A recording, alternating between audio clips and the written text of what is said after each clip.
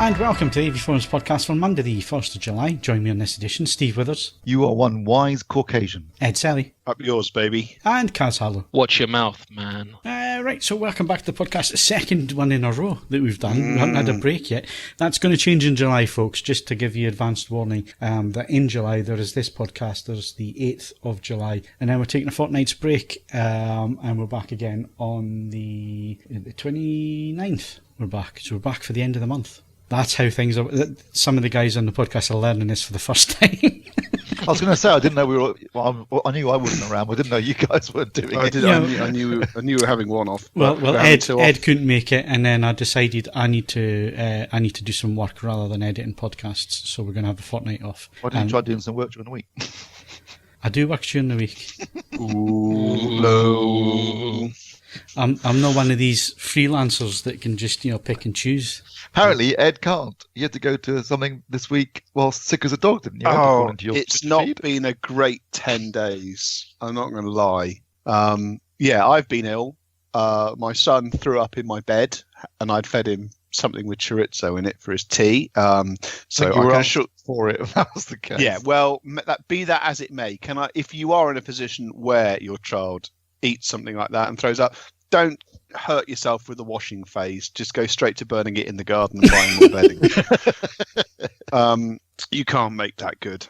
There's no setting on any commercially available washing machine that's capable of handling that sort of abuse. So that was that. I was trying to tally it up. I did an interim tally, but in the last 13 days, I've written 19,000 words of copy, and that doesn't include emails sent on my technical support retainer, arguing with people on forums or Twitter or other such niceties. And unfortunately, I've got absolutely chronic RSI in one elbow. And no, before anyone says, it's not my wanking elbow either. It's just ruined. So yeah, it's been a tough one. But I've been ploughing through lots of equipment and all the rest of it, and that is a freelancer's life. When people offer you money to do something at very short notice, you do it at very short notice. So yeah, there you go. I stunned you all into silence, haven't I? They just got me figuring out how many thousands of words it equates to for 31 reviews. That's a lot of copy. Are you writing lots of copy or some very, very long copy? Who, me? Yeah. I'm writing a lot of copy, and some of it's quite long. Is any of it for any example, I'd like to think that most of it is simply still... 4 of them are for Phil, aren't they? I've actually only started Phil's today, so you've done 19,000 words and none of it was for Phil. No, I've done 19,000 words, and hang on a second. Well, 19,000 words. That's 2 TV reviews for me. Well, yeah, but remember, I don't have to do it. 2,035 of them are for Phil. So yeah, the other 17,000 were cut and paste, were they? The other 17,000 have been for a variety of clients. What you'll find, Kaz, is that learning Control V and Control C is what you do, basically, as a freelancer. And then you just change the odd word. Every third word, you just change it. So. Basically, change the order and get a thesaurus. Yeah, every third word is AVForums. It's that standard curse. I think I was saying this last time. Standard curse of freelancing is if you're already busy, but someone goes, "Could you just squeeze this?" And you think, "No, not really." And they say, "We'll pay you this." And you think, "Well, I don't need to sleep that much," or something like that. And you just go for it. And yeah, it just stacks up. Steve, you end up like a Times Square hooker. You never say no. I think I feel that way about Netflix. It's clear that you cannot pass a new. Well, actually, I noticed in Netflix. I noticed in Netflix annual accounts as a separate section just for you, Kaz. Yeah, I'm not surprised. Kaz's recommendations or not? No, just their viewing figures are based upon everyone else and then you. Me. Yeah. Well, I feel like I'm taking a hit for everybody. Like watching that Shaft movie. I watched Shaft last night. I quite enjoyed it.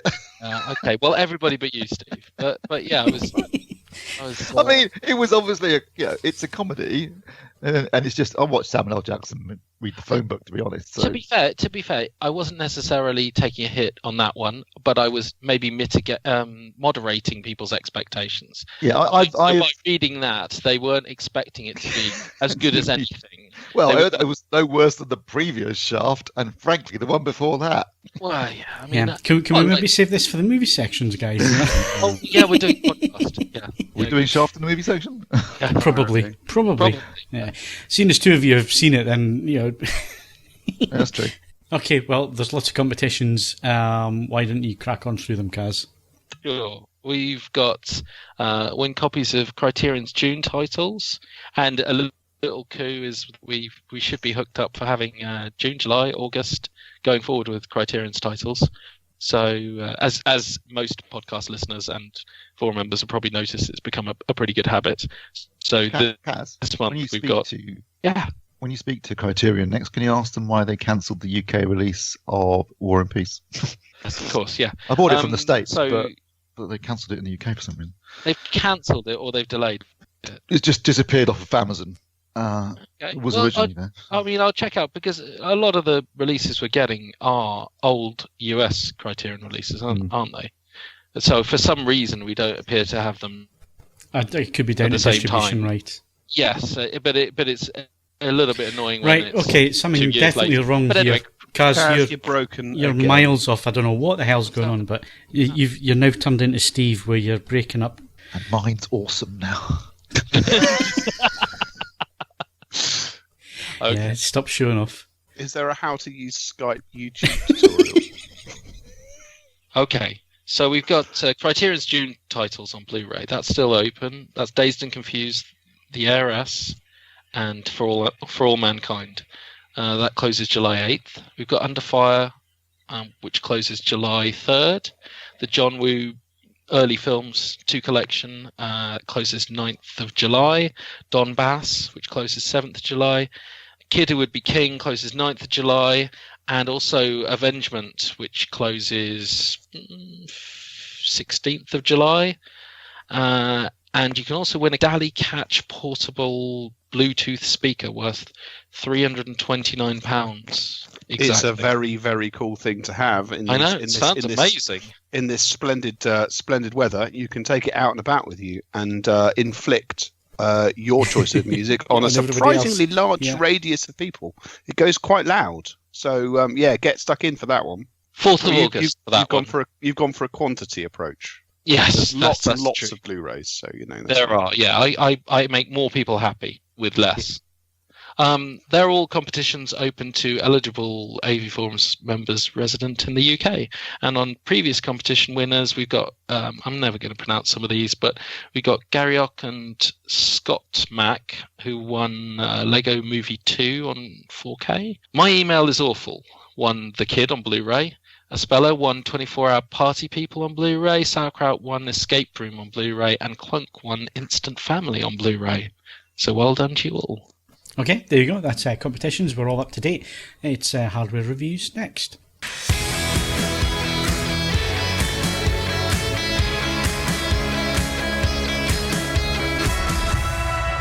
Right, okay, moving on to someone whose internet does work, eventually.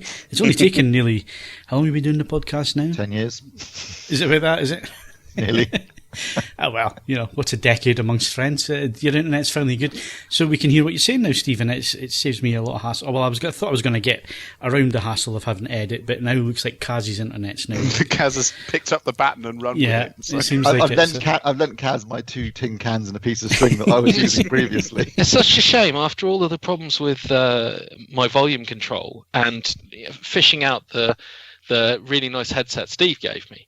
And we're back on with a really nice headset and my internet doesn't work. Great, guys. Thank you. Thanks for everyone. Yeah, it's probably a user error. Anyway, moving on.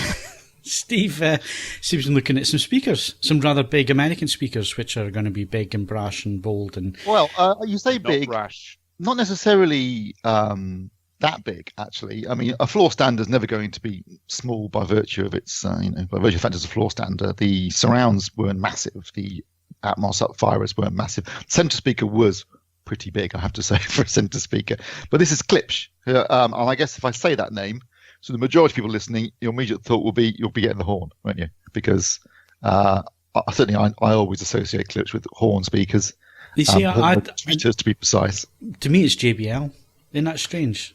So. Well, both Klipsch. I don't know, but JBL. I would think that if you were talking about JBL's cinema speakers, as in the ones they put into cinemas. Yeah, that's exactly what I was thinking. Yeah, but for sort of domestic use, Klipsch, I think of sort of ploughed their particular own furrow when it comes to using horn-loaded tweeters. Who else? Do you know anybody else that uses them domestically?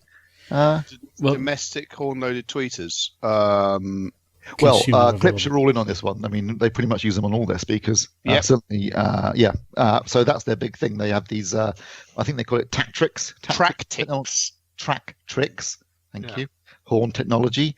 That's for the tweeter. The woofers are basically standard woofers. I had, for the system that I had, so I had a 5.1.2 system, which comprised of the RP6000F floor standards at the front. They're £1,100 for a pair, which is not, an insane amount of money for a pair of floor standards. £500 for the RP404C dedicated center speaker. Now, the floor standards, that's what size were they? Two 6.5-inch woofers and a 1-inch horn-loaded tweeter, and it's rear-ported. The center speaker had 4-inch mid-bass drivers, 2 on either side of the middle horn-loaded tweeter. So that was the sort of the front of the room. Then for the surrounds at the rear, I had a pair of the RP502S. These are basically bipole speakers, not massive, but they're obviously firing in 2 directions at the same time. They're £825 for a pair. I also had the SPL 120 subwoofer. That's £650.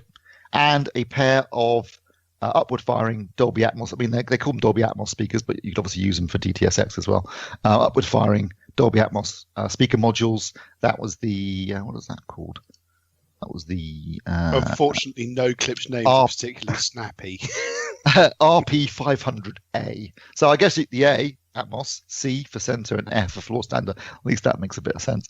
And they sit on top of I sat them on top of the floor standards at the front. Now, this is something I've noticed with a lot of manufacturers. They seem to have a very bad habit of making upward firing modules that fit nicely on top of floor standards and possibly on any stand mount speakers they might make, but you cannot put them on top of the surrounds because they are completely the wrong shape.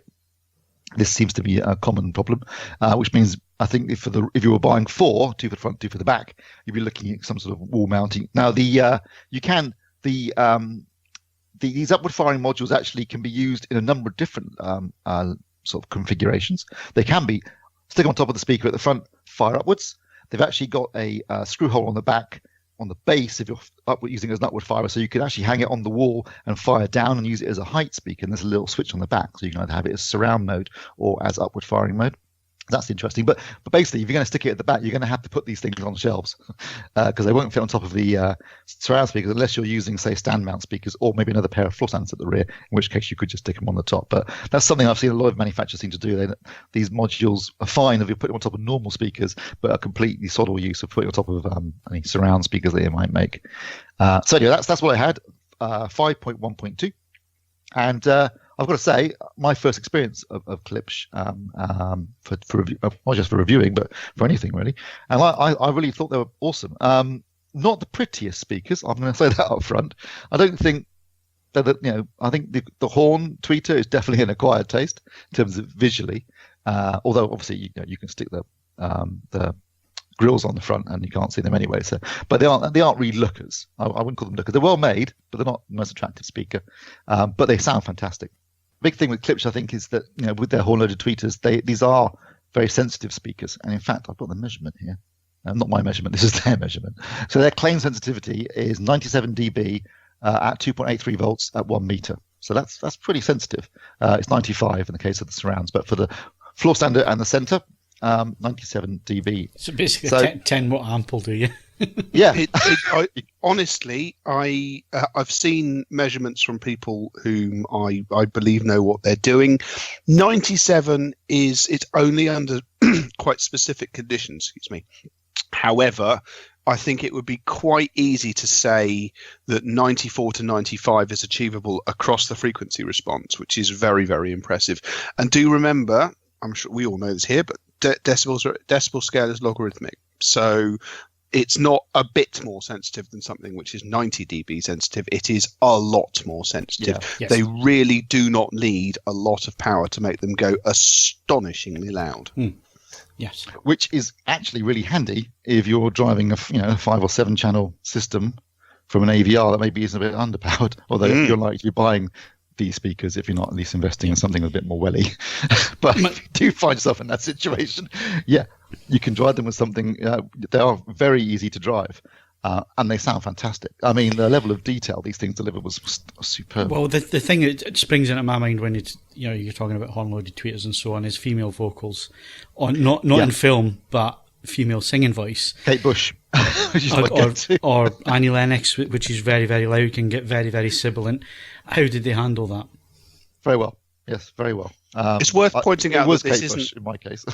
It isn't a flash in the pan thing for Klipsch. They have got the best part of 70 years of experience with. I mean, they got into building these horns precisely because they aid sensitivity, and when they got started, power from amplifiers was extraordinarily limited, and they've stuck with it. But essentially, it's an interesting one because it's a sunk cost for them. If you, as another speaker manufacturer, said, right, from now on we're going to do a horn-loaded tweeter, they have the benefit of computer programming and software calculations and all the rest of it, but they still have to essentially start from a standing start. Klipsch has just got endless decades of data to make it work. So it's interesting what you say about harshness and sibilance, Phil, but on all the times that I've tested Klipsch product, it's just not really there. They do seem to know exactly what they're doing with the technology, and it does generally pay dividends. Okay, well, I haven't heard Klipsch, but I was basing that on other experiences that I have had elsewhere. No, that's a fair with horn-loaded tweeters. Yes. So yes, sibilant or yes, very, very sibilant. Harshly so. I did not think that was the case with Miss Bush's vocals, which are, let's face it, particularly on her first album, quite high and screechy, the best of times. No, I didn't think that at all. I thought it was fantastic speakers. I mean, as a system, I think it worked really well together. Tonal balance could be better, but if you compare, particularly at the front, the two floor standards and the center speaker, you're always going to have a bit of an imbalance because they aren't identical. Well, for those that don't know, you use MK the same as I do, which is three identical front, across the front, and you get so used to that in terms of effects panning and soundtracks moving and so on, that when you replace it with something that isn't as nicely tonally balanced, it does stand out quite a bit. So it does.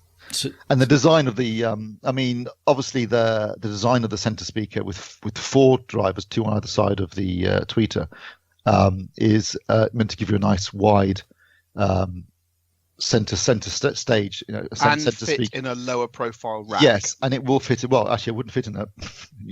With this one, you need a pretty big rack, American sized rack.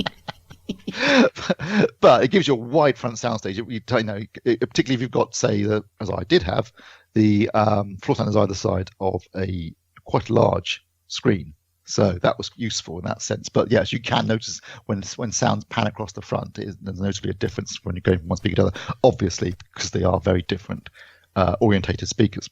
Steve, can I ask you just a quick question in terms of you testing these? Was it strictly just in your cinema room, or did you try them in the living room as well? I had to.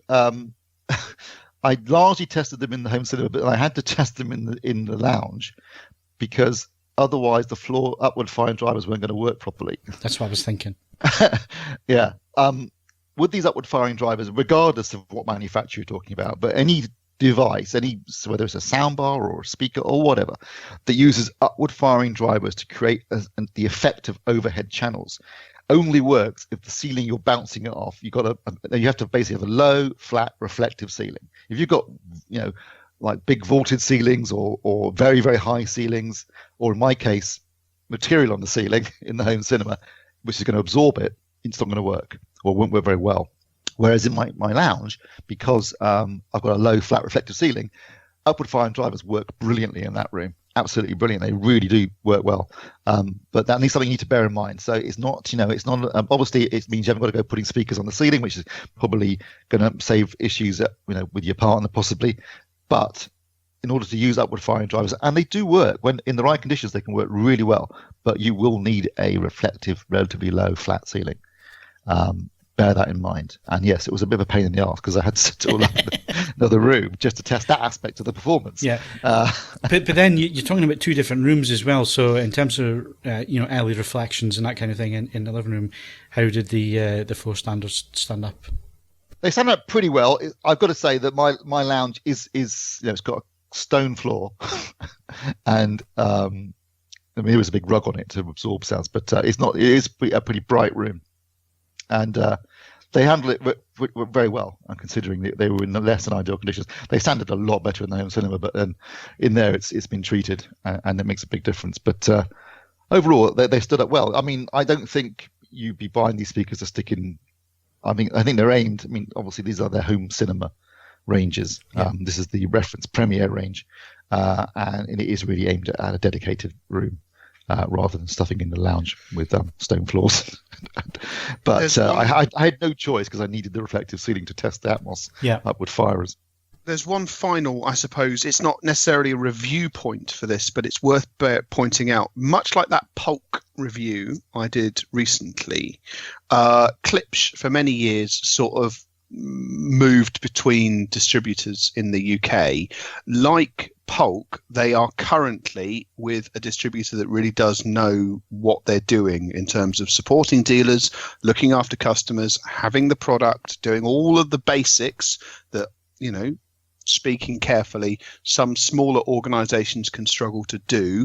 So this is the first time I can remember in donkey's years where you can go and listen to these at a number of really decent UK dealers and be thoroughly supported all the way through. Yeah. And it just makes a huge difference to your confidence in choosing these sort of products. Other than the late 80s, late 90s, early 2000s was the last time I'm aware of Klipsch being in a hi-fi store outside America, anyway. So, I mean, they were in a dealer that I visited just last week, quite unexpectedly, and they have taken them on in a big way as well, which is quite impressive.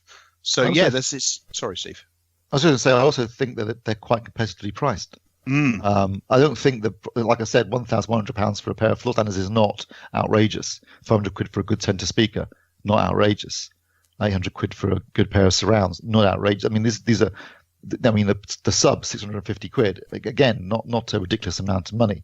So it looks like, and this is reasonably high up their range. It's not the top, but it's quite high up the range, certainly for the home cinema speakers. So I think they're also, not only are they delivering product into this country in a professional manner, but they're also delivering it at a relatively competitive price. Okay, there we go. I was going to go next, but I'm on this occasion probably going to say less than Ed's going to say. So let's go Ed next. Ed's been looking at some headphones. I have. Keeping up with what Audio Technica does as a freelancer is pretty much a full-time job. I don't know what they're putting in the tea at Audio Technica's HQ in Japan, but they are unbelievably productive. So obviously not that long ago, I had a look at a complete range of phono cartridges. The first time we've ever done that on AVF. It went reasonably well. Don't necessarily need to do it again, but it went reasonably well. And they've just launched another complete range of phono cartridges. And hot on the heels of a really good pair of affordable Bluetooth headphones, they've gone and released a really good pair of wired headphones. There's just no stopping them. I mean, I don't want to suggest that narcotics are involved, not least because the designs are quite good. They don't have the sort of wild coke-addled qualities of people on coke. So there's that.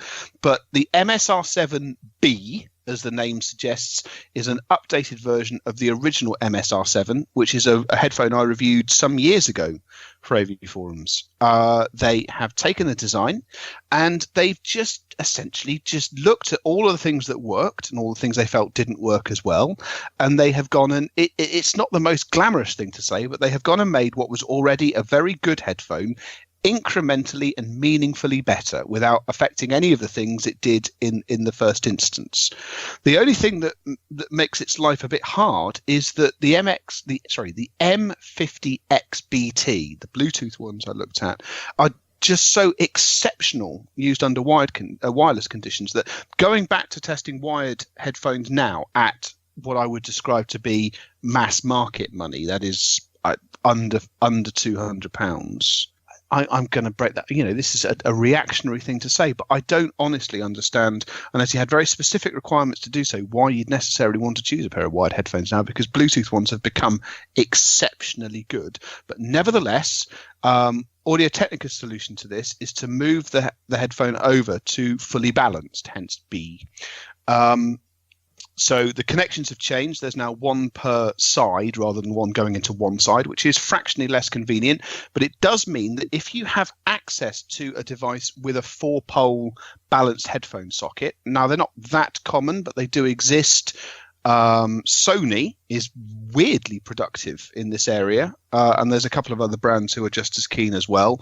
If you do have access to a balanced headphone source, they do sound absolutely brilliant. The only slight unfortunate thing I have to stress, I'm saying this, at the time I wrote the review, I didn't have access to a 4.4 millimeter balanced headphone output. I have since borrowed one, and I did some listening with it there. If I can remember to update the review, I will. It does genuinely give you a touch of, budget audiophile class, but it's one of those things where it's a little extra gift on what is already just an excellent all-round pair of headphones. But Audio-Technica is their own worst enemy. The only thing that stops them from being, me saying these are really, really excellent, is that they've already gone and released another pair of excellent headphones, which are a little bit less money and also have an incredibly long wireless battery life into the bargain. So the review will be going up. I like them very much. But if you were going to look at a pair of the many headphones that Audio-Technica is putting out, the M50X BT, that's going to be in line for one of my products of the year. I've got to be honest, we're now at the halfway stage. Literally, we are at the halfway stage today. It's one of the most surprising things I've tested all year, because I had no expectations for them whatsoever, and they're just outstanding. And these are good. And in comparison to most of their competition, they're excellent. But my God, Audio-Technica isn't making life easy for themselves. Okay. So the review will be up this week, along with Steve's Klipsch review. Klipsch's review will probably be towards the end of the week, and Ed's probably round about the middle of the week. So the review probably coming out before that is going to be my review of the Sony AG8 OLED TV. And the main thing I'm going to say here is that if you want a Sony OLED TV that has the features that the AG8 has, go buy the AF8 from last year and save yourself quite a bit of money, because it's basically the same TV. They have changed the design slightly, so they have a nice stand now. That one of the complaints last year was that the TV sat on your surface, basically on the whatever mountain surface you had. The stand was so low that the actual TV looked like it was just sitting on your TV rack. They took the feedback on board, that people want to use a sound bar. So the stand that it comes with this year is you can have it one way, where it'll sit really flush with your mountain surface, or if you turn the stand around, you can raise the TV up enough to have a sound bar underneath, which was quite a nice bit of thinking, I thought, on Sony's part. You don't need separate stands, you just turn the stand around and screw it in a different way. They've managed to keep some of the cable management as well. It's not as neat, but then if you've got a soundbar sitting in front of the TV or underneath the TV, you can hide most of the cables anyway, because you can't see what's coming out the back of the TV. The slots for connections and everything, same place. The remote is exactly the same, so it's the cheap remote control that we got with it last year. Like I say, exactly the same results when it came to measurements, because I've just gone in, I measured it the other day, and I've just been looking at those results, and I've just gone in to my review last year. When did I review this last year? Oh, June. So I reviewed it in June last year. So I've gone in and I've had a look at the results there, and you would think they were exactly the same results. So it's obviously, I haven't put the macro lens up against it to see if it's a 2018 OLED panel. I've no doubt it is, because it's measuring exactly the same as the AF8. So it's not the newest OLED panel from LG Display. And results wise, there's not a lot I can say that's bad on it, to be honest. I mean, out of the box, delta E's are round about 3 and below. There's a little bit too much blue in the brightest part of the image. Normal viewers are never going to notice that, because it's slightly towards the blue and cyan, it moves the CIE results slightly towards cyan. As soon as you correct the white point, everything's back to where it should be, which is a good thing because there's no CMS on the AG8. So like I say, it's identical to last year's set, so it's still got all the same controls in the menu, so it's not using the new X1 chip, it's using the old X1 chip. So that's the X1 Extreme, because this year's it's the X1 Ultimate. So yeah, I mean, basically it's the same TV. It even comes with the same smart system, which is Android 7, not Android 8. Seemingly there's going to be an over-the-air update at some point. That hasn't happened for whatever reason as yet, to put the Android system onto audio. So like I say, it's still on 7. It's still slow. There's a few times I've switched the TV on and it's crashed. Which seems to be a thing with Android, and this is a retail unit. So this is it seems to be a thing with Sony's implementation of Android. Yes, well, I was Philips crash on me. I was coming on to this because I have got a 903 here. So I am going to compare the two before I put the review out. So I'm still working on this as we go through at the moment. But basically, it's the same TV as last year. How bright is it, Phil? Same as last year. So it's 550 something nits. So I run the window size versus brightness. When it runs through the window sizes bigger quickly, bigger and bigger, and again the ABL kicks in quite quickly with it. What they're going for is they're going for a consistent image, but by going for a consistent image and a consistent APL through the picture, it remains dark. It's because it's with static metadata, it's tone mapping for the brightest and the darkest point, and it's not going to move from there. It has some dynamic tone mapping built in, but it seems to be very much towards a darker image with HDR. So if you want bright HDR, you're not going to get it with this Sony. You're not going to get it from the EF8 either, or the AG8. They're both identical in that respect when it comes to HDR. The good thing is that it does reach really wide when it comes to P3. Obviously, that's without the colour volume, because we're talking about this is a WRGB OLED panel. You don't get a hell of a lot of colour volume in there, but it will reach the wider points of P3. So I think it's around about 96% of P3, which is really good. Even though it doesn't have a CMS, it's pretty accurate tracking. It's pretty accurate tracking. It's actually a more accurate tracking this year than the AF8, but I'm talking like minuscule placement of the dots. It's not something you're going to see with actual material, but it measures on a graph slightly better. There's a slightly different tone map for 1000 and 4000 nit content, but not a huge amount. It's mainly there to protect the specular highlights. But like I say, it is a dark image. When it comes to HDR, it's not going to blow your socks off. I mean, if I was to put it next to the Q9ER from Samsung that I have sitting here, I'd need my sunglasses to watch the Samsung and not to watch the Sony. That's the difference you're talking about in terms of image dynamics. So yeah, I mean, it's not a bad TV. It's an OLED TV, so you got those, inky blacks. There's not a hell of a lot of shadow detail clipping going on either, so it's not crushing the blacks. It's really natural and neutral. But there's nothing here on this TV that says buy me when the AF8 is still out there at £1,000, almost £1,000 less. How much is this TV? $22.99. Right, so it's just basically $22.99, and you can get you can pick it up for about £1,300 for the AF8. No-brainer, isn't it? Right? So it's a no-brainer. It's the same TV. It's slightly different design on the AG. So it's still got the acoustic panel. So it still has acoustic surface. Acoustic surface. So it still has the two actuators either side of the panel and the bass drivers in the middle. But it's a slightly different design round the back. So it's more of a rectangular design round the back. Whereas last year, the bass unit went most of the way up the panel, past the actuators actually. So it's a slightly different design on the back, but all the connections and stuff are still where they should be. So you can tell it's still the same panel that's being used. So yeah, I mean, if you can pick up an AF8, which is a great TV as well, for a lot cheaper, then that would be my advice.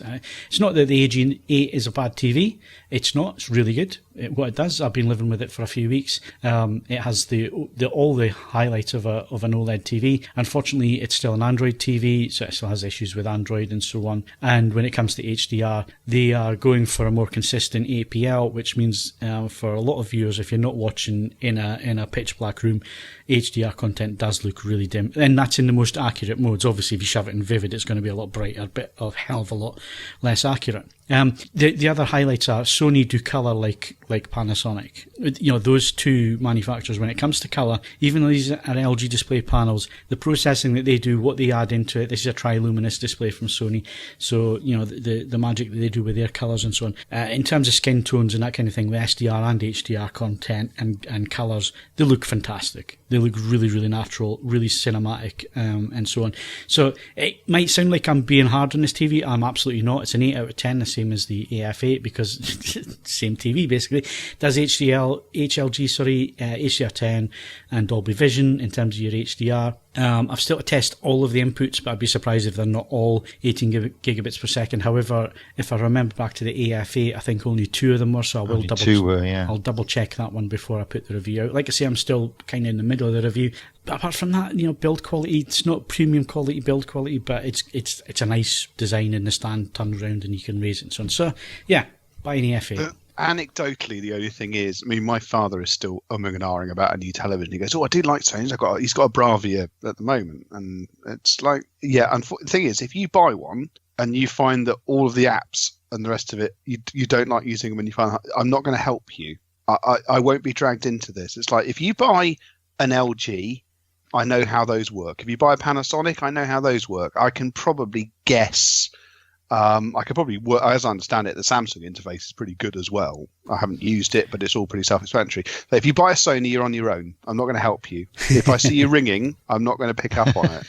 But the trick here is that you go out and buy, if you must have a Sony OLED TV and you can't reach the AF9 or the AG9 and you don't want Android and that, buy an AF8 and an Apple TV, sorted. Yeah.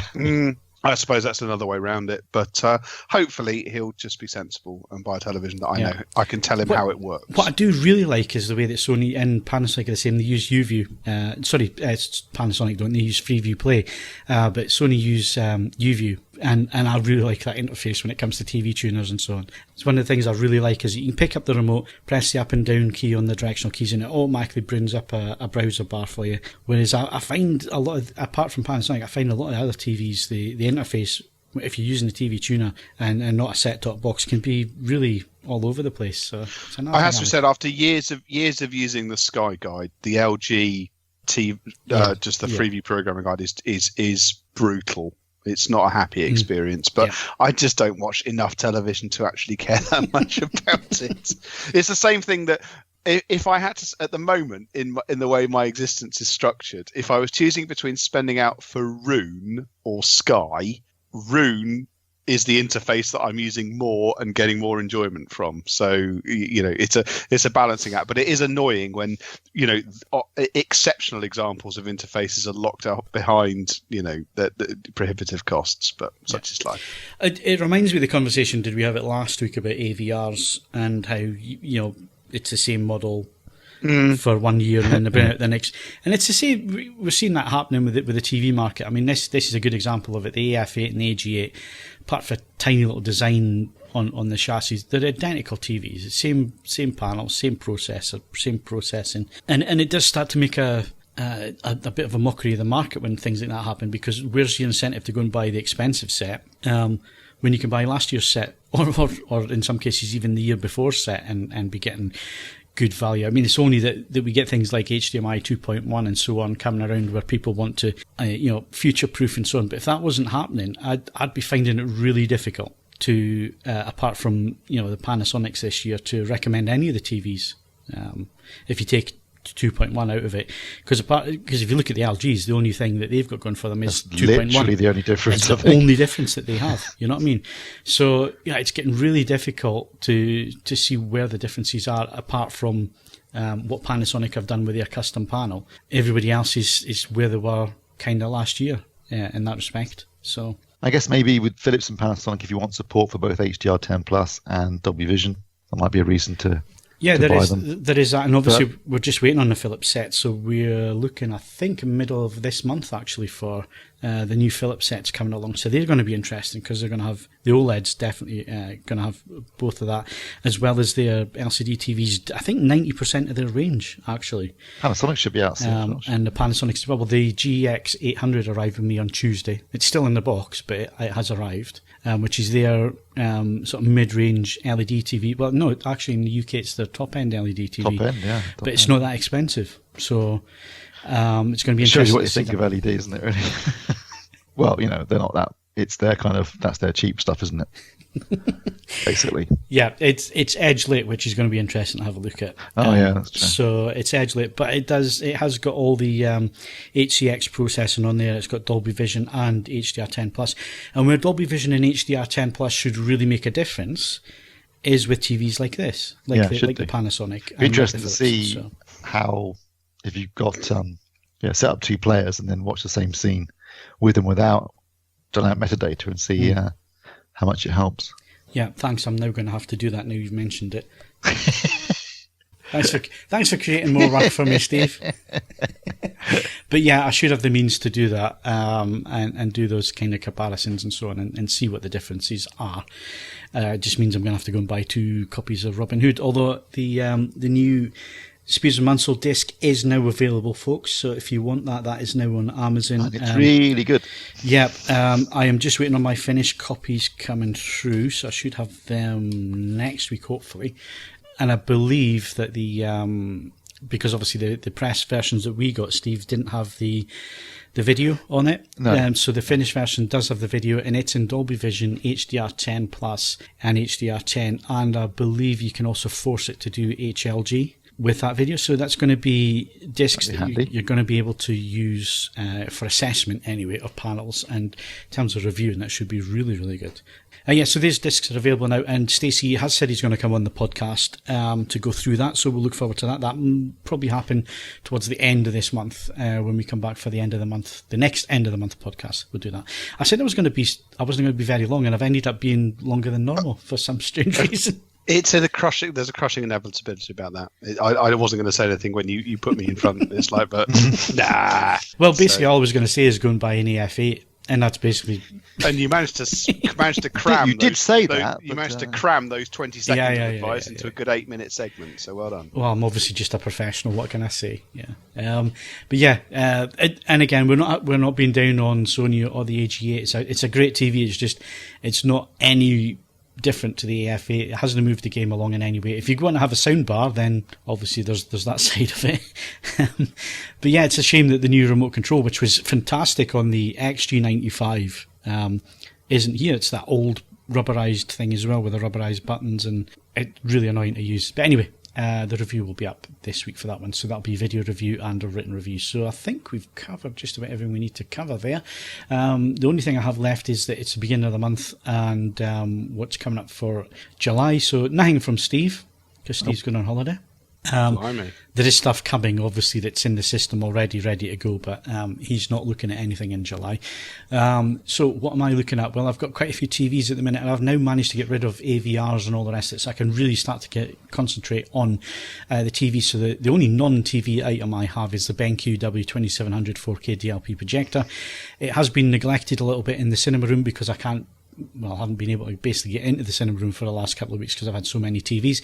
But that will be reviewed this week. I'm looking forward to spending some time with it. Obviously, there's nothing better than hot weather to be sitting in a cinema room with a DLP projector blowing more hot air. So that'll be interesting. Like I say, the 58-inch GX800 from Panasonic, their LED LCD TV, that's in at the minute. Once I get the AG8 out of the way, I've then got Samsung's Q85R QLED TV, which is the model just below the Q90. And I believe it only has half of the dimming zones as well, compared to the 90. Is that correct, Steve? Yes, that's correct. Yeah. So it'll be interesting to see, because I've still got the Q90 here, so it'll be interesting to put them together and see what major differences, if any, there are. Then next week I have the Hisense U7B. So we did the U7.8 last year, U7B this year. It has Dolby Vision. Again, this is going to be a TV that's going to be interesting to look at from the perspective of it is a budget LCD TV from Hisense, but it has dynamic metadata. So is that going to make a big difference in terms of the HDR performance? Because I believe you did the U7A last year, Steve, and the one downside to that TV was the HDR wasn't that bright, because again, it's an edge-lit TV. Yes, in fact, I think with that one, the HDR really, HDR and all but name only. So it'll be interesting to see if they've taken that up a level this year. Yeah, well, it's got Dolby Vision, so hopefully it has. That makes a big difference, I suspect. Yeah. Hopefully it will. So yeah, and last but not least is a 60-inch Sharp TV as well, a 4K LED LCD TV. So I've got lots of TVs at the moment, and I've also got lots of stuff due to be coming in soon. So we've still got the LG C9 65-inch, LG E9 due anytime soon as well.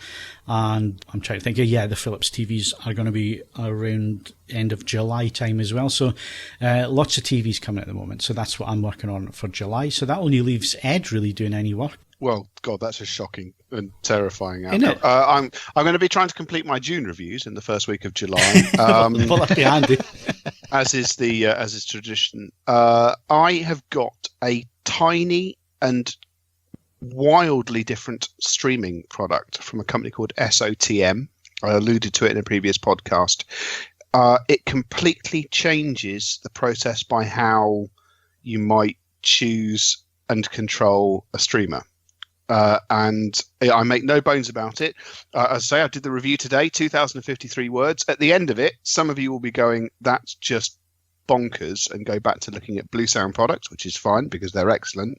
But for a good portion of people reading it, it is an incredibly clever solution to how you might use your existing inputs. So there's that. We've got another member of the Harman Kardon's citation family. Steve looked at the soundbar. I'm looking at something which isn't a soundbar. So I've been shouting at products. I don't enjoy that, but there we go. We have got a Technics SL1500C turntable. It's here in front of me. What's even better is that we've been sent a silver one, unlike the hideous black one that What Hi-Fi got sent.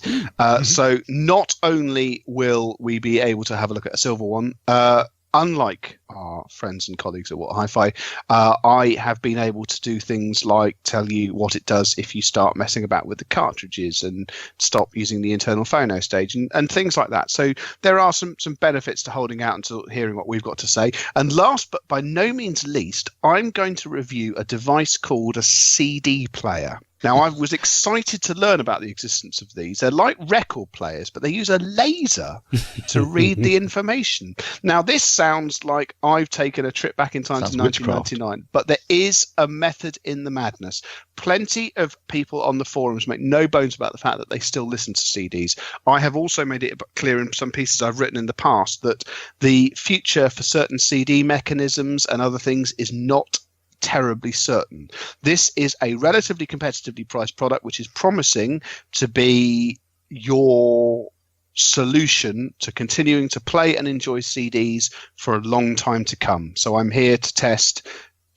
Obviously, testing its long-term reliability in a couple of days of listening isn't going to be easy to do, but I'll be able to make some appraisals of how I feel it operates and so on and so forth, and then obviously trifling things like sound quality, and we'll see if this is the sort of product you buy as your last CD player for to see you through until you might decide to do something else. So that's it for the hardware reviews and so on. It's the end of the month, so we've got Ed's vinyl and so on. That's coming after we take a very short break.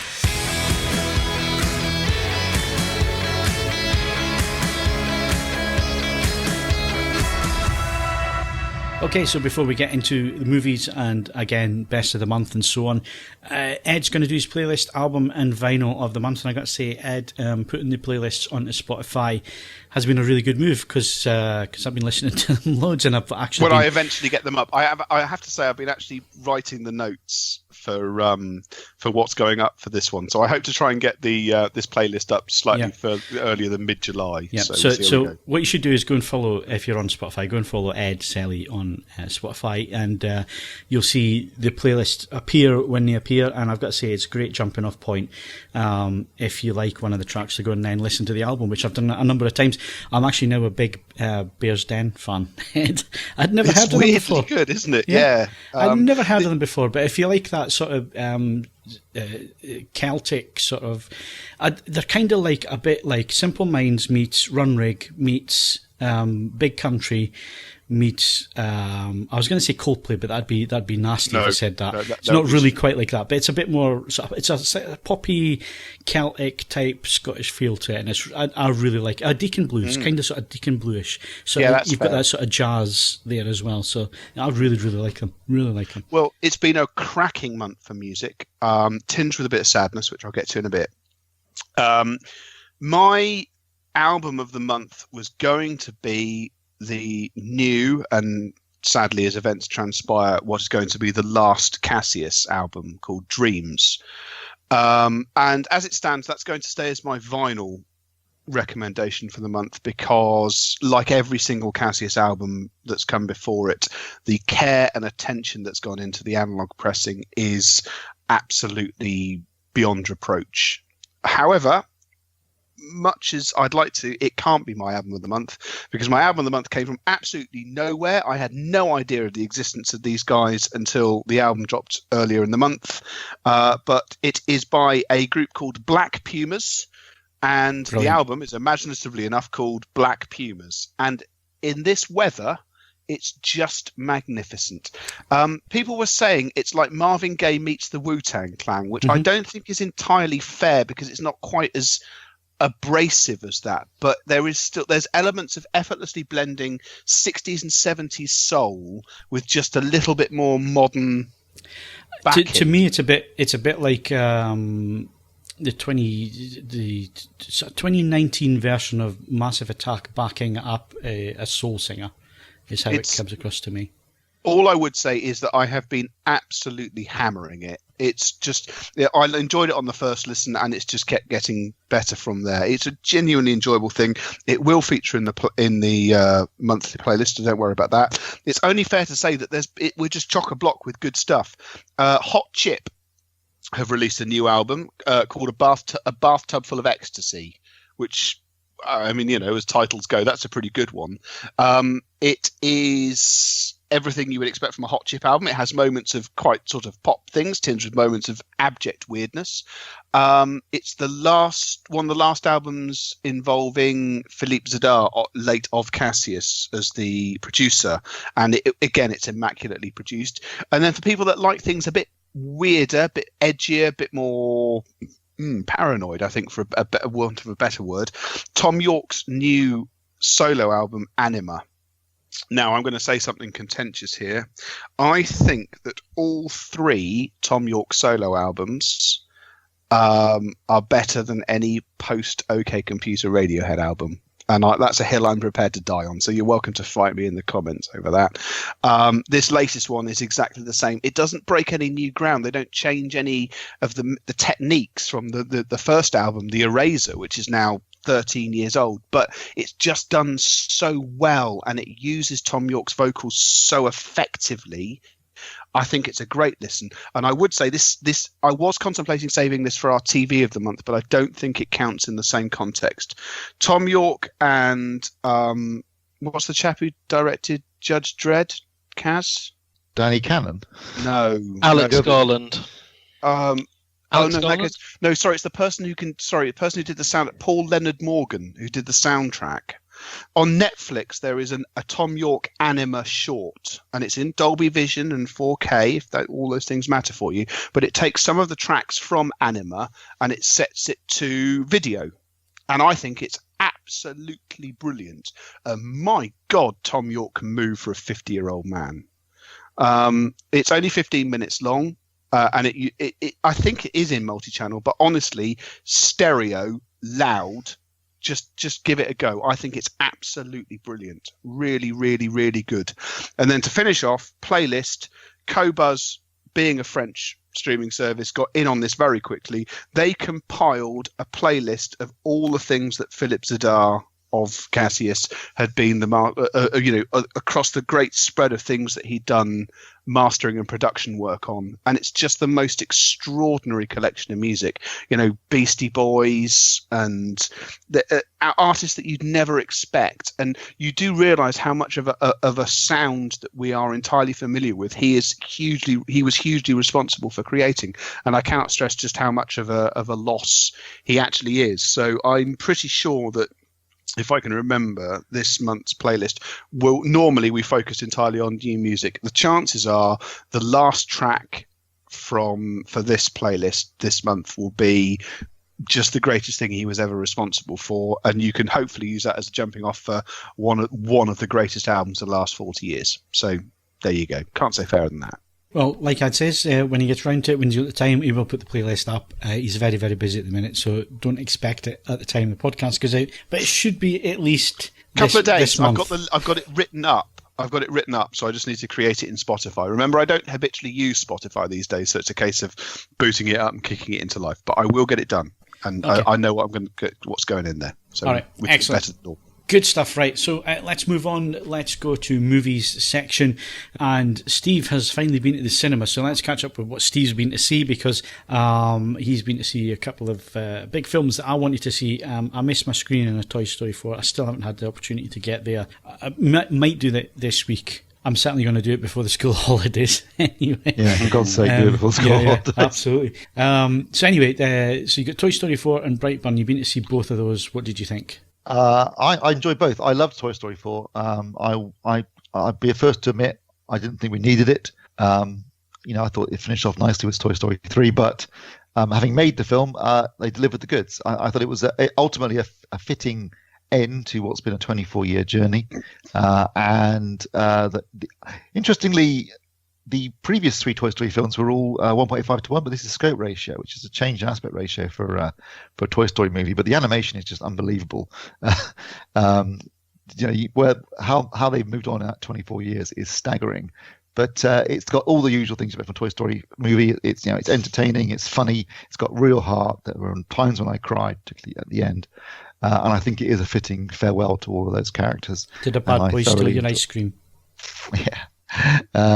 Yeah, it was great. I really enjoyed it. It was very funny, but moving as well, which is something that Pixar do particularly well. And this was a cracking entry. I've never forgiven them for Up. It's not quite as heart-rending as the first 10 minutes of Up, but there are definitely times when you'll get moist-eyed watching this. The voice cast is fantastic. Tom Hanks. Interestingly, I don't know what Kaz thinks, because I know you've seen it, Kaz. In this film, it's very much Woody's story, and Buzz is kind of a secondary character. Has a lot less screen time. No, it is. It's Woody's story. It's very much Woody's story. More than not just Buzz. I mean, Buzz did get his own arc about following orders. Yeah, which was quite funny, but it wasn't huge. That aside, though, most of the other Toy Story characters that you don't get much of a look in. It really is Woody's story, I guess it makes sense in the sense that he was the Andy's toy at the beginning of the first film before Buzz turns up, and this is the end of Woody's journey, if you like, as a toy, and. Yeah, it's great. It was really good, and I thoroughly enjoyed it. And like I say, there are moments when I loved it. There's a brilliant cartoon on Facebook, which was Andy in his grave with Buzz. That was really funny. And he'd been buried with him. That was hysterical. I should worth mentioning, probably the highlight of Toy Story 4 is Forky, a toy made from a spork, to be honest, and a couple of bits of lollipop. The lollipop stick for feet.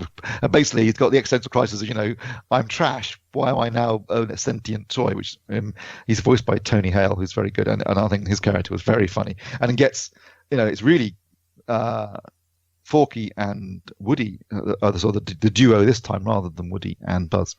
But anyway, it was great. Brightburn, I did enjoy as well. It does exactly what it says on the tin. All right? I mean, it's basically, what if Superman turned out to be a complete bastard? And so imagine Smallville, but with Superman's the villain. But dark. Very, very dark. But I enjoyed it, partly because it laid its rules and it stuck to them, which is good. I always like that with anything that's using the fantastic. Don't lay out your groundwork and your rules at the beginning and then stick to them. And the kid in it is really creepy. Which is always helpful, and it doesn't. I was really annoyed though when I got home. I was looked on IMDb, and they cut it a couple of scenes in the UK release to get a 15 certificate rather than 18, which really pissed me off because I don't like it when they cut things. But I did enjoy it. I thought it was. But if you hadn't looked at IMDb, you would have been fine because you wouldn't have known. Yeah, well, it was pretty gory for a 15, but it could have been a little bit gorier. But no, yes, it takes that premise, runs with it. And to a large extent delivers. Towards the end, there's that annoying bit where the the villain, if you like, this kid, incredibly fast when he needs to be, but then when someone's trying to run away from him at the end, suddenly isn't quite so speedy as he had been previously. Ah, right, the old Captain Marvel issue. Yeah, there's always that kind of, like they need that character to get from there to there. You think, well, they're not going to make it because this kid can fly at supersonic speed, but somehow they get there. So, but yes, and it's got a great little cameo over the end credits, which I really enjoyed too. If you're a fan of James Gunn's, it's not made by James Gunn personally. I think he's a producer, but his siblings wrote it, and so it's kind of a James Gunn and family production, and it's got a lot of the same cast that if you've seen Slither, which was James Gunn's first directorial debut, are in this film too. So. Yeah, I enjoyed it. It's not a masterpiece, but it does what it says. It does what it sets out to do. And it does it in an entertaining fashion, and therefore I enjoyed it. And also on Friday night, I saw Apollo 11 in IMAX. Well, you've seen it on disc, and now you've seen it in IMAX. So is it worth the trip to an IMAX if you can find one? I think it's controversial here. Both my friend and I, after the film, thought, you know what? I think I preferred watching it at home. The 65mm footage that they use, which really isn't, the opening shot of the crawler when they're bringing the Saturn V out to launch pad and this sort of stuff looks amazing. And some of the stuff towards the end that they shot on the recovery carrier, the aircraft carrier, when they recover the capsule, again shot 65mm. But obviously in the middle of that, it's all 16mm footage, which doesn't necessarily hold up that well when blown up onto an IMAX screen. So some of it looked amazing, some of it not so amazing. What we found interesting was that we found a lot of the audio recordings, the communications between the astronauts and mission control, quite difficult to understand in the IMAX screening when we didn't have that problem when we were watching it at home. But obviously things like the launch, in IMAX, that sounded absolutely amazing. So I'm glad I saw it. I'm glad I went to see it again. I think it's a fantastic documentary. If you get a chance, do go and see it.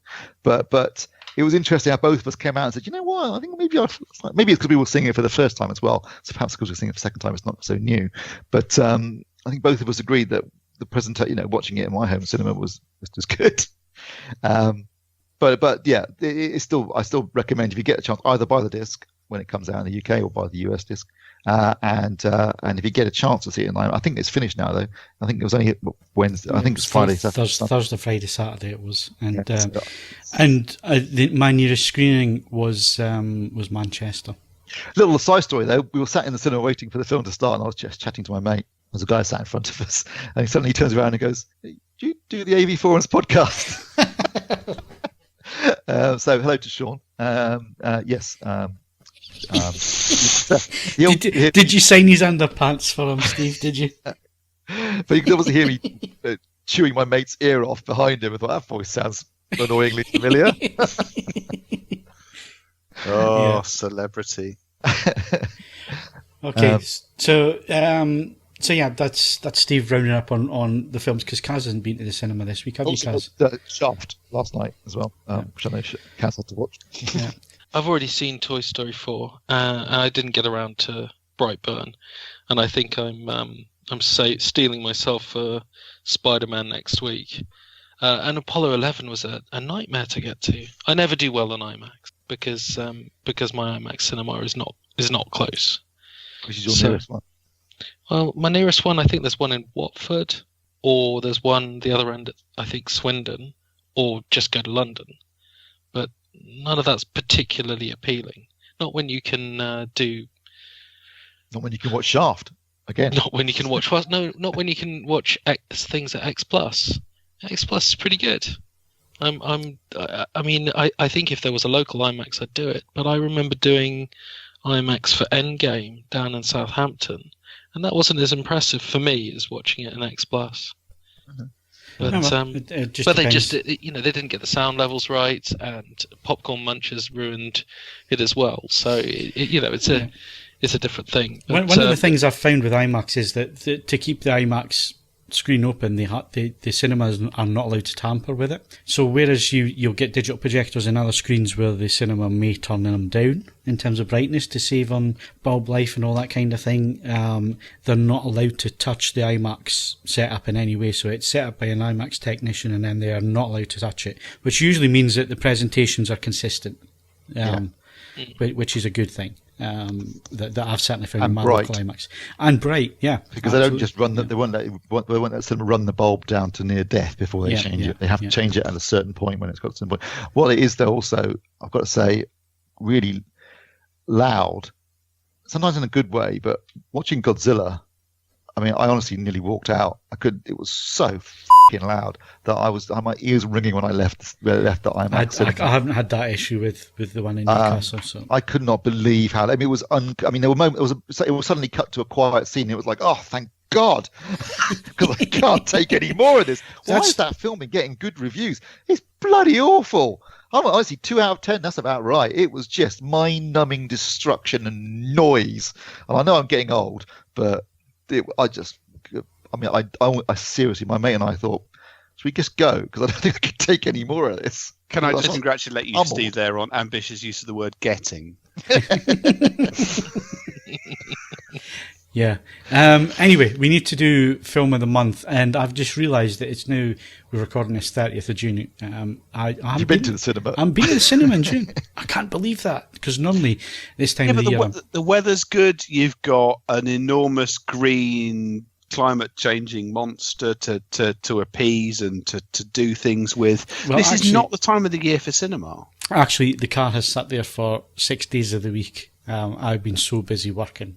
So I've actually been working lots and stuck in the house. And it's been getting to the normal time that I would normally go to the cinema, and I am physically tired at the minute. That's what's put me off this month. So that's why I haven't been. I'm going to change it this week. And obviously before the school holidays as well, I want to try and get into a few things. It will be a war zone after that. Yeah, so, absolutely. I think it's a bonus for you at the moment, Phil, because you missed out on Men in Black International and X-Men Dark Phoenix. You didn't miss much, to be honest. And the only thing that you've got to watch is Toy Story, which is only just come out. So you've actually benefited, because I think if you had been free, they're both films you'd have gone, I might as well just go and see these. I actually quite fancied Rocket Man. I didn't get to see that. I quite fancied that as well on a big screen. I enjoyed that. Win some, lose some. But I can't. I've got to be honest. Elton John is not. I respect the output of Elton John enormously. Do I want to go and see a film about Elton John? No. Well, I did. So there you go. And Steve enjoyed it, didn't you, Steve? I did. I thoroughly enjoyed it. Yeah, I mean, I like Elton John's music, and it's full of it. So it reminds Steve of his 30s. So you know. Right. So anyway, I think I'm out of this. Are we all going to go and see Spider-Man then next week? Oh, we bollocks. Yeah. No, you. It wasn't me talking to you. Yeah, Tuesday for me. Yes, I want to see again. Spoiler-wise, I want to see it before the spoilers. I'm seeing it on Wednesday in IMAX 3D. So. Right. Okay. Well, I'll have to. Is it out on Wednesday? Is it? Out on Tuesday. Right. Tuesday. I'm seeing it Tuesday. Well, Tuesday's no good because it's the OK Diner for me on Tuesday. But I'll try and see it this week. Gunfight at the OK Diner. Gunfight at the OK Diner. Yeah, you kind of get in the way of me and my burger at an OK Diner on the Tuesday night, and it's the first one this year where it's not going to rain, hopefully. So. Ooh, exciting times. So for those of us who did go to the cinema this month, and that's mainly Kaz, with a bit from me. I mean, we've been through the bad films this month, so it's an easy win for me for Toy Story 4. Yeah, I'll go along with that. Yeah. Okay, well that was easy enough. We've already spoken about it, so we don't need to go into any depth with that one. If we want to dredge the opposite end of the spectrum, I can do a quick review for Escape Plan 3. Right, shall we get on with what is coming out this week at the cinema? Apart from Spider-Man, you mean? Well, obviously, the Spider-Man Far From Home, it's out on Tuesday, 2nd of July, and it's getting rave reviews. In fact, I've seen nothing but positivity on this one at the moment. That could go against it, because normally when you get the fans hyped up, there's a bit of a backlash, so we'll wait and see on that one. But we're going to go and see it. Did you see that, I don't want to use the word re-release, because it's still on release, but they're putting some extra stuff at the end of Endgame in a desperate attempt to try and get it past Avatar on the worldwide box office. Maybe they should have saved that one though, because Avatar came back later than this. I mean, if you look at Box Office Mojo, Avatar was in the cinemas for like 3 times as many weeks. It's like 200 weeks in comparison. Yeah, it was in the cinema for about 6 months. Yeah, so why are they doing this quickly? I mean, because once Spider-Man comes out, they're going to pull it from the. I mean, everything else, they got in the modern age, 10 years late, 11 years later, no, 10 years later from Avatar. I mean, now films, they open massive, very wide, but then they don't keep them around very long. I mean, it's out on disc in August. And that looks like a bare bones release. But because spec-wise, you'll all bloody buy it, and then they'll release the super duper, it's standard Marvel release. They always do the same. It's the film, commentary track, some deleted scenes, gag reel. No, it's meaning it's static HDR10. There's no Vision or Plus on it. They haven't done that. They haven't done that. Disney haven't used Vision for a long time now. I think they could re-release a little bit later an extended cut and still lure people back into the cinema. I think even if they owned it on theatrical. I think if they didn't a proper extended cut, they would do well. What they're actually doing is adding one scene that hasn't even got finished effects. Yeah, exactly. A tribute to Stan Lee, a teaser for Spider-Man, which opens up on Tuesday, so who cares about that? And an introduction from the directors. So I got to say, that's not going to get me to go back and sit through another 3-hour movie again at the cinema just for that. Yeah, so I don't understand the gameplay here. So I think Avatar will retain its crown ultimately. Yeah, but maybe they'll re-release it again. Maybe they'll actually do an extended cut. Or they'll leave it in one cinema for years until finally it creeps over that. Anyway, what else is coming out, guys? Well, the Ari Aster's he's the guy who directed Hereditary, which got rave reviews. I am going to sit on the fence on this one and say I enjoyed it, but I didn't think it was what everyone's raving about. I was massively disappointed. I saw it and thought, was that it? It had some good ideas, and it was well put together, and it certainly had some moments that were WTF. But I wouldn't say that it was, at least for me, it wasn't the rave, ground defining this year's. What is the Edward Woodward film? Help me out here. Wicker Man. The Wicker Man. It wasn't this year's Wicker Man. It wasn't iconic to me. I think Midsommar might be this year's Wicker Man, to be perfectly honest. Yeah. Well, I mean, Midsommar looks really good, and I'm interested in seeing it, but I don't. Will you be able to do that hilarious thing they did with the Wicker Man thing, where you could set the Scottish Tourist Board advert commentary over the top of it, and it just worked so well. It was absolutely fantastic. I hope they can do the same thing, but for Sweden, obviously. No offense. I am delighted to see it's an 18 certificate, though. Yes, it's supposed to be pretty full on. So, I mean, it looks interesting, and I'd be interested to see. And Florence Pugh's a great actress. Yes. I mean, she's potentially the new Black Widow, isn't she? That's not a spoiler. I'm not spoiling it for anyone. She's not replacing anyone. I'm saying she's in Black Widow. I don't know what she's doing. Well, no, in comic terms, there's more than one Black Widow. It's a different character, as in a different agent, but they're given the moniker Black Widow. So the rumor is that she's playing another Black Widow. So that's the rumor, and I think she's not a bad choice. She's also in one of my discs of the month. I thought you were going to say something altogether worse. That came out as well as could be expected. And if you're not going to see Spider-Man, which I would think the majority are going to see, and if you're not going to see Midsommar, then you can eagerly anticipate Luc Besson's latest. Now, there was a time when this would have meant something to me. I mean, post Leon, I was straight there for Fifth Element. I don't know what's going on right now, but Anna, which is about an assassin, a female assassin who obviously. I mean, yeah, it's.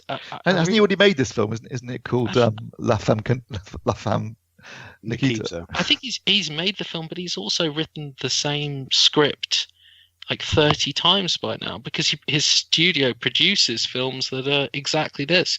It'd be interesting to see whether he brings anything new to it, but I am perfectly happy discovering it and giving it a 6 on Blu-ray. So we'll wait.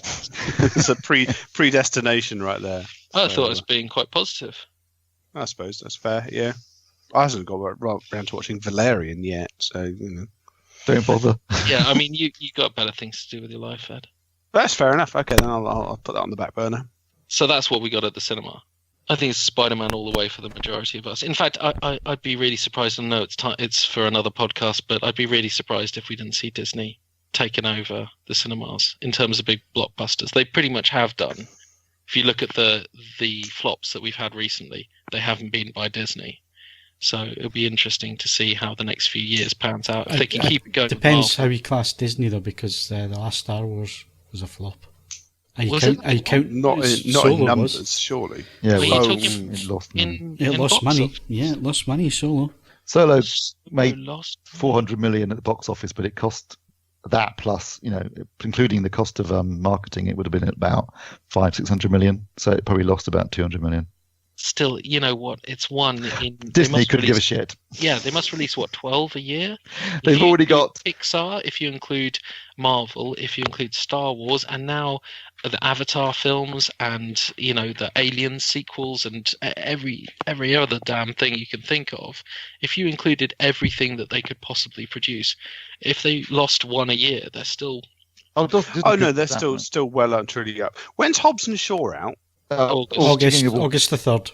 Yes. Excellent. That is realistically the next time I'm going to drag my ass. Why the hell do I know that? No, it'll be August the 2nd, sorry. Friday. That's realistically the next time I'm going to drag my ass to the cinema, because it just looks like I cannot wait for that. Yeah. Right. I've actually already booked the tickets to that. So I think we can save the Disney chat for another podcast, Kaz. Yep. Let's move on to discs. 4K, there's 9 coming out. What's on Blu-ray quickly? Vox Lux, which is the Natalie Portman film. It's kind of Star is Born, but Natalie Portman. Is that not on the streaming service? Not that I'm aware of. Ooh, interesting. Not that I'm aware of. Okay. Not yet. Fighting with My Family, which I really enjoyed. Love that film. That was great. Really Stephen Merchant, very unexpected. That's Florence Pugh. There you go. That's really good. Really good wrestling movie. Really good feel-good movie. Avengement, which I know none of you guys are going to see, but as a fan of Scott Adkins, it's nice to see him get a semi-decent movie, because he's kind of this generation. Know who he is. Well, he's this generation's Van Damme, which doesn't mean anything because the action hero has died, but it's quite an enjoyable movie. It's kind of a cross between, I think I put it down as a cross between Lock, Stock and John Wick. So it's obviously low budget. It's Brit, and it's got Craig Fairbrass as the villain.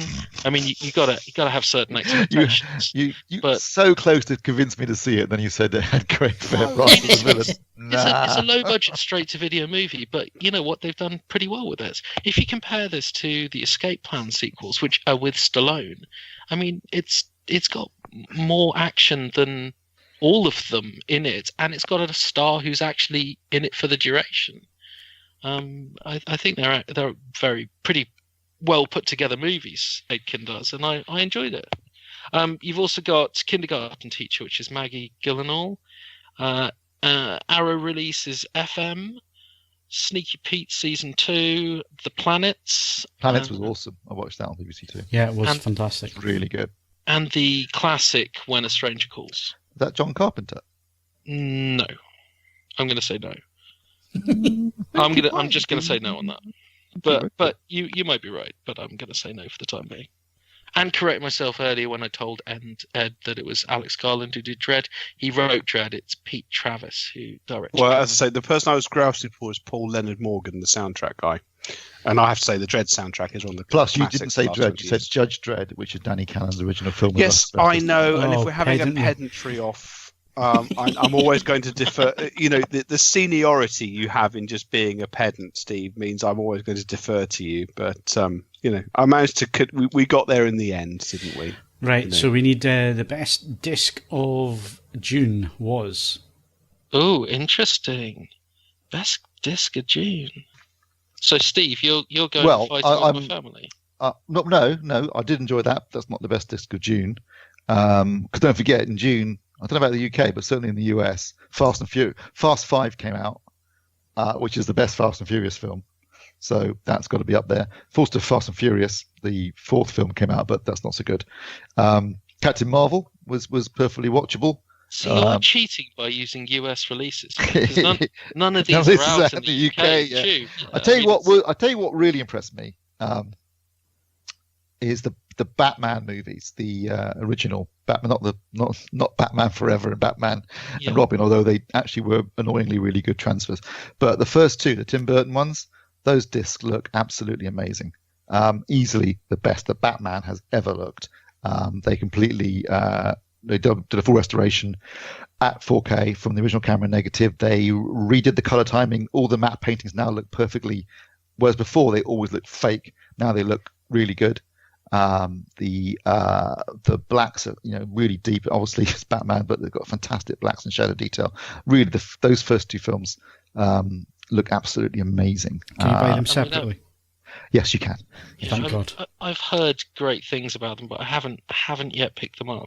But Simon reviewed those, and they did look and sound amazing. I picked up Lost Highway as well, which annoyingly David Lynch is slagging US off. as well, isn't it? Well, actually, Lost Highway's been available in the UK for a long time. I already had that.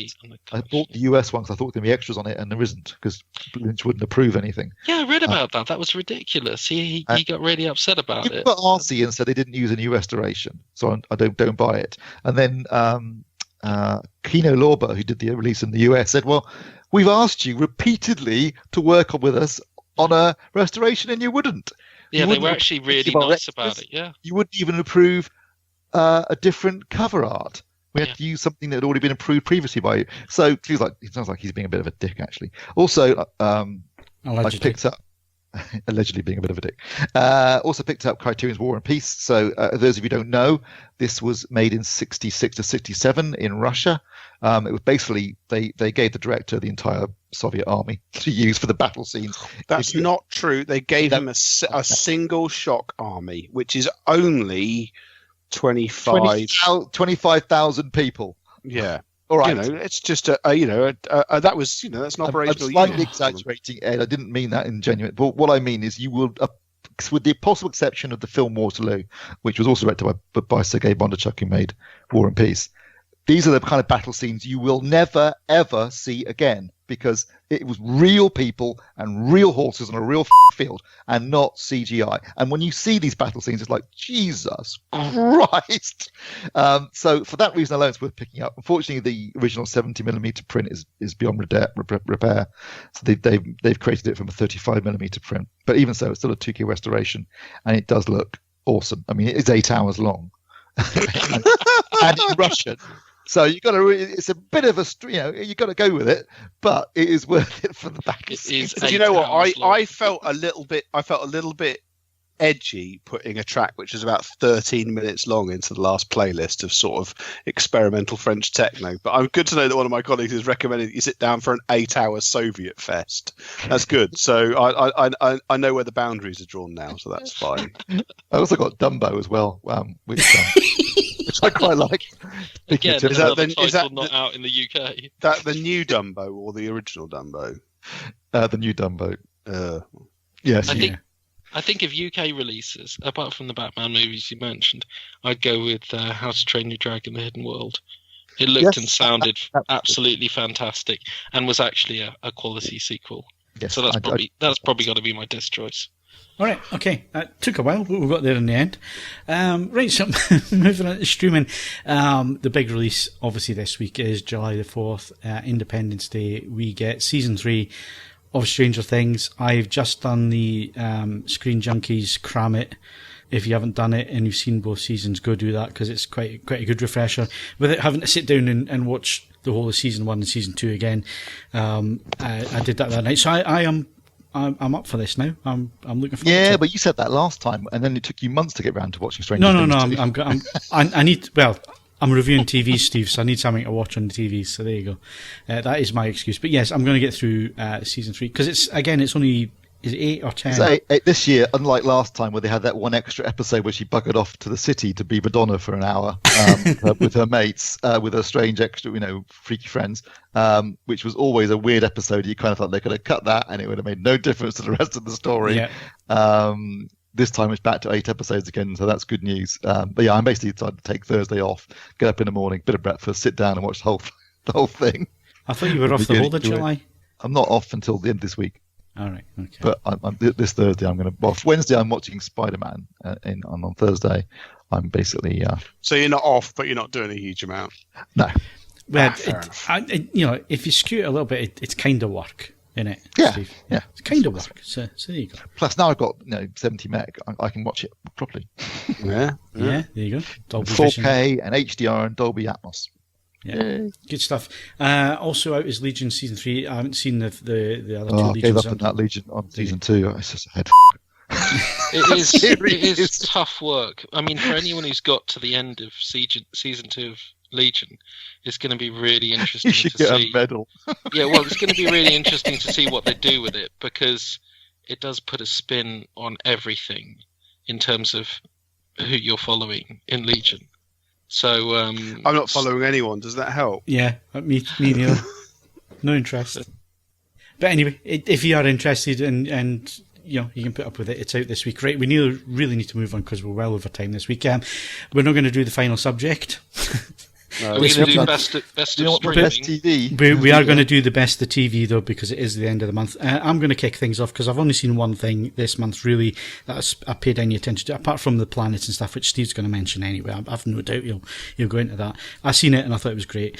For me, it was something I didn't want to watch. I didn't like the lineup that they'd come up with. I thought it was a format that was dead, and I was going to avoid it at all costs until I got a text from Ed saying, "Actually, this is quite good." Top Gear, the new Top Gear, the three of them. I still got reservations about Paddy McGuinness, but I have to say the chemistry is amazing. It's actually laugh out loud funny. Now I thought Joey and Chris were quite good together, but obviously Rory was a bit of a squib. Yeah, basically he didn't really fit. Wheel. Yeah, he didn't fit in with it. Whereas Matt LeBlanc and Chris, they had a bit of chemistry going. But actually, this time the three of them have really good humour, self-deprecating humour, which I think works really well with them. As I say, Chris Harris being electrocuted drinking milk shouldn't be funny. I almost peed myself for laughing. It was so funny. It really was funny. It's childish stuff, but it's like what the original three did when the original three were really good. And I hate to say it because I really wanted to hate it, but I will admit when I get things wrong, and yeah, I got it wrong on this one. I thought it was going to be a bit of a disaster, and actually 2 episodes in, third one tonight once we're finished with this, they've done really well. For non-car guys, they've done really well. It's entertaining. If you've done that, I will be equally, try and be succinct. You've done that. I have thoroughly enjoyed this latest series of Taskmaster on Dave, even though I have to watch it in standard definition on a 4K television. So it's more of an impressionist sort of take on the thing. But nonetheless, Taskmaster is everything that British comedy. Is that the one with be. Greg? Greg Davis, Alex Holman. That's just really funny. I love it. It's done on a budget of 70p an episode. And because of that, it comes down to the people being funny, and they are. All of the series have been good. This is, you can say that that perhaps the series with Bob Mortimer in was the best of the lot. It had Bob Mortimer, Eileen B. There were enough of people who were spontaneously brilliant for it to be a cut above the rest. But this clutch of comedians, thoroughly enjoying it. It's a wonderful hour of television that is everything that modern television can be. It shouldn't just be about incredible spectacles, high budgets, once a year sort of things. They can churn out episodes of Taskmaster incredibly quickly because it didn't cost them anything, and it's still a brilliant watch. Thoroughly enjoyed it. Really good. I'm going to commission you to write me a review of the series, and we'll get you an 8K TV to watch it on. Oh, splendid. I can't even begin to imagine how good it will look. Is Dave available on HD anywhere? Yeah, you yes, can watch on it Sky. on Sky. No, well, I haven't got Sky. I don't care. Again, Taskmaster is not going to get better in HDR. It's one of those things where, as long as you can just about see what's going on, it's absolutely fine. I thoroughly enjoy it. It's one of my highlights of the week. It's lovely television. Okay, let's move to Steve. Like I say, Steve, loads of good documentaries on at the minute. Did you watch Yacht Rock on Katie? What did you call her again? She used to be on the pod. Katie Patrick. Yeah, it's been really interesting. It's like 70s, 80s sort of Duran Duran and that sort of. I didn't watch that. It's interesting. A couple of episodes. I found it interesting enough to watch. And like we say, the Planets has been really good. Planets was fantastic because it actually, things like, I did not know, and I'm sure no one else did here, that the rings of Saturn are really recent, relatively speaking, on in terms of the universe and the solar system's age. That when the dinosaurs were walking around on the Earth, there were no rings around Saturn. They only happened in the moon that made them broke apart, only broke apart within 10 to 100 million years ago. And in 100 million years' time, they won't be visible anymore because they'll be covered in dirt and crap. So that was interesting. But yeah, it was really well done. The effects were good. They used all the information from the recent missions. And although it still had Brian Cox wandering around in exotic locations, they at least tied them into the places. That's got to be the best gig on TV, hasn't it? Just like, where am I going to go? Cox. Yeah, where am I going to go? Let's go to Antarctica. Let's go to somewhere really nice and tropical. Iceland and walk around. And, By the way, and it's like, and then also doing, I'm going to do this, and then by the way, you need to cut down on your carbon emissions. Off you fuck. So that was good. Jessica Jones, I really enjoyed. I thought it was much better than season 2. I thought it was great. Black Mirror, fantastic. Good Omens, I thought it was superb. Yeah, I enjoyed that. Really enjoyed that. And I don't know if it classifies as a film or a TV, but Deadwood, the movie, was excellent as well. Okay, so wrapping up, the person who watches the most amount of TV, Kaz, in between sleep, what are you watching? Well, pretty much everything. If it's on streaming, I've got it covered. Especially if it's Netflix and it's bad. But yeah, I mean, I would say that it was going to be the Bruce Lee pitched Warrior as my favourite streaming of the month. But actually, looking back, I gotta go with what Steve mentioned. I mean, it depends whether you can count it, but I think we're going to have to count it because it's not available anywhere else, which is Deadwood. I mean, David Milch is probably his final project, tragically, and it was tremendous. So it's really nice to have it back, and for any Deadwood fans, it's great. And for people who don't know what Deadwood is, hopefully it'll get them into watching it right from the beginning. Yeah, okay. Tremendous. And your TV, what does it remind me against? An LG, is it B6 or a B7? We don't have 20. We're 2 hours in. Yeah, we don't know. Kaz has got a B7. Right. It's a B7. And we've all got B7s. An LG 55 B7. Right. So it must have the most amount of hours of any LG B7 on the planet. I suspect so. Yeah. Any burning? No. It's like that. It's like that one McLaren F1 which has done 100,000 miles. Yeah. This baby keeps rocking. Yeah, there's no. Those are famous last words. You're going to turn the poor bastard on tomorrow, and it's going to happen. It's just. And that's picking bits of screen out your face. That's just what I watch. It's got like 1,000 hours a week of Paw Patrol on there as well that it survives. So. God, yes, mine also suffers this as well. I think we've wrapped everything up nicely. It's only taken us 2 and a bit hours, or almost 2 and a bit hours, but there you go. What a way to spend a Sunday evening. The good news is we can go straight into watching Top Gear. There is that, with a Chinese. Agents of S.H.I.E.L.D., thank you very much. Okay, well, on that bombshell, that is it for this week. I'm not sure what the bombshell was, but we'll say there was one. I could always edit something in, but that's it anyway for this week. We've done enough. My thanks to Ed Selley. Don't let your mouth get your ass in trouble. Steve Withers. We're going to need some more brothers. And Kaz Harlow. Why don't you stop playing with yourself, Willie? Don't forget, you can follow us on Twitter and Facebook, bookmark AVForums.com for the latest reviews, news and videos. Plus, why not leave us a 5-star rating on iTunes, but only if you enjoyed the show. Also, head over and check out our YouTube channel for videos on the latest product launches and reviews. And while you're there, feel free to subscribe. I'm Phil Hinton. Thank you very much for listening, and we'll see you again next week.